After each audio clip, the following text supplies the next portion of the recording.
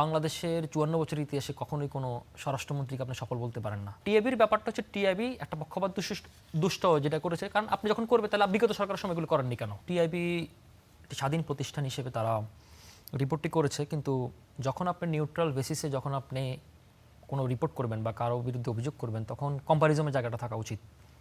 ধরুন টিআইবি বিগত ৫ বছর, ধরুন ইউনূস সরকারের ২ বছর বা তারও আগে হাসিনার আমলে প্রথম ৩ মাসের বা ১০০ দিনের রিপোর্ট তারা করেছিল কিনা আমি খুব ঘাটাঘাটি করে দেখলাম, কিন্তু পাইনি, কোনো রিপোর্ট তারা করেনি আর কি।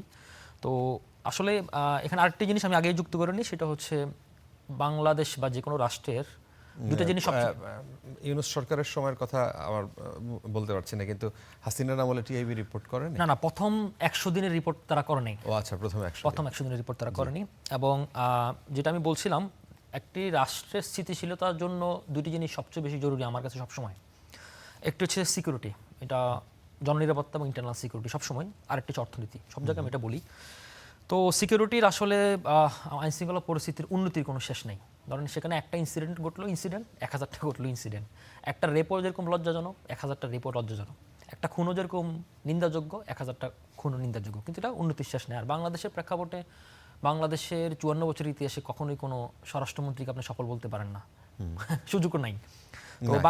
এইটা কি একটা সূচক না যে একজন মানুষ মারা গিয়েছিল আর ১০০ জন মানুষ মারা গেল? একটা সূচক না যে এই সময়ের মধ্যে? আমি আসতেছি, আপনার সবগুলো উত্তর থাকবে আমার উত্তরে। সেটা হচ্ছে ধরেন আমি যেটা বলতেছিলাম, বাংলাদেশের স্বরাষ্ট্রমন্ত্রী সবসময় একটা থ্যাঙ্কসলে জব।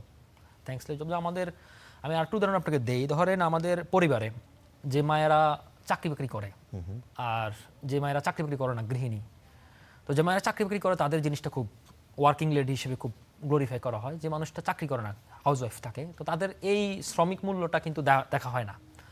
আরেকটা সেন্সে ধরেন একটা ছেলে বুয়েট মেডিকেলে চান্স পেলো, সরকারি চাকরি পেলো, বিসিএস ক্যাডার হলো, তখন বলে অমুকের ছেলে, পিতার পরিচয় বলে, মাতৃত্বের পরিচয় বলে না। তা আমাদের স্বরাষ্ট্রমন্ত্রীর জায়গাটা এরকম, অনেক ভালো করলো, আপনি এখানে অনেক ভালো করতেছেন, কিন্তু হঠাৎ করে একটা তুলকালাম ঘটলো, ধরেন রামিসা হত্যাকাণ্ডের মতো একটা তুলকালাম ঘটলো, বা সাগরণীর মতো একটা তুলকালাম ঘটলো, বা তনুর মতো একটা তুলকালাম ঘটলো, দেখবেন রাতারাতি সব বিস্ফোরণ ঘটে যায়। এটা বাংলাদেশের প্রেক্ষাপটে, সাউথ এশিয়ান কান্ট্রিতে বাংলাদেশের প্রেক্ষাপটে হয়।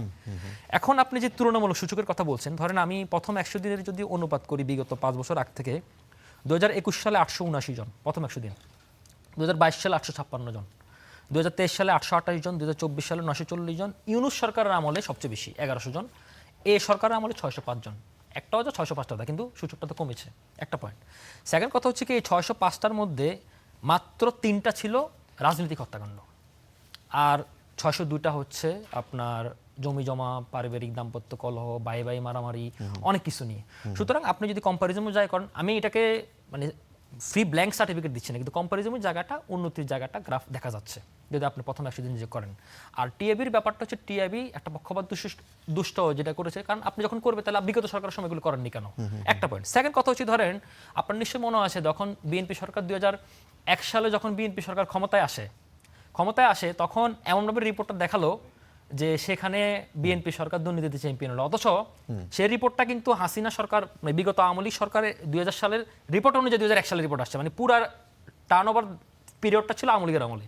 যেটা বিএনপি সরকারের আমলে আসলে বিএনপি ক্ষমতা, বিগত সরকার এটা বিএনপির দায় চাপিয়ে দেওয়া হলো, এবং বিএনপির সেই দায়টা ২৫-২৬ বছর ধরে টানছে, সেটা বিএনপি ব্রেকডাউন করতে পারে, সেটা বিএনপির ব্যর্থতা, বিএনপির পিআর টিমের ব্যর্থতা।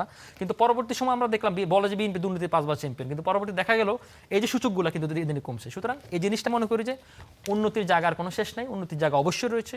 স্বরাষ্ট্র মন্ত্রীকে বা মন্ত্রণালয়কে আরও বেশি বোল্ড হতে হবে, কোনো সন্দেহ নেই, কিন্তু এই গ্রাফ সূচকটাতে বলে যে আগের তুলনায় আমরা ইমপ্রুভমেন্ট বলতে পারি। আর একটা কথা আমি শেষ করি, সেটা হচ্ছে একটা ৩ মাস বয়সী সরকার বা ৩ মাস বয়সী মন্ত্রীকে আপনি সাফল্যের চূড়ায় পৌঁছাতে পারবেন না, ব্যর্থতার কারণে ফেলেও দিতে পারবেন না। তো সেই জায়গা থেকে আমরা ওয়েট অ্যান্ড সি।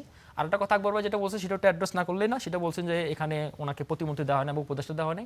এমন অনেক মন্ত্রী রয়েছে যারা ৩-৪টা মন্ত্রী রয়েছে। সুতরাং এটা মাননীয় প্রধানমন্ত্রী তিনি উল্লেখ করেছেন যে বাজেটের পরে অথবা ৬ মাস পরবর্তী সময়ে মন্ত্রণালয় গুঞ্জন শোনা যাচ্ছে অনেক মন্ত্রী যুক্ত করা হবে। সুতরাং এটাকে এখানে আনার প্রাসঙ্গিকভাবে আমি মনে করি না। তো উন্নতি শেষ না, আমি আগেই বলছি, কিন্তু এই যে ট্যাগিং করা বা এই যে আপনার স্টিগমাটাইজ করা, সেটা হচ্ছে না ঠিকভাবে, মানে অ্যাপ্রোপ্রিয়েট যাচাই হচ্ছে না। টিআইবির ক্ষেত্রে আমি বলবো যে টিআইবি সবসময় এই সুযোগগুলো খোঁজে পক্ষপাত দুষ্ট জিনিসগুলো করার জন্য। আপনি যখন করবেন নিউট্রাল জায়গা থেকে, তখন আপনার প্রিভিয়াস অ্যাক্টিভিটিটা ওইভাবে থাকা দরকার বলে আমি মনে করি।